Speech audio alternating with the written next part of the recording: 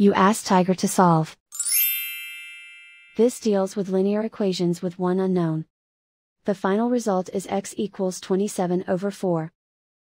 Let's solve it step by step. Simplify the expression.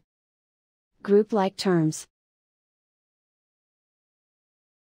Simplify the arithmetic.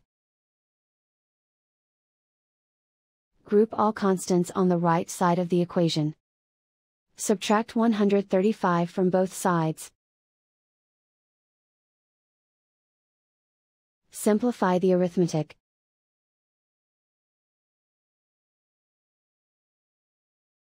Isolate the x. Divide both sides by -20. Cancel out the negatives. Simplify the fraction. Cancel out the negatives.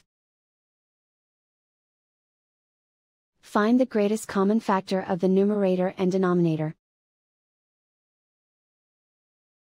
Factor out and cancel the greatest common factor. And so the final result is x equals 27 over 4.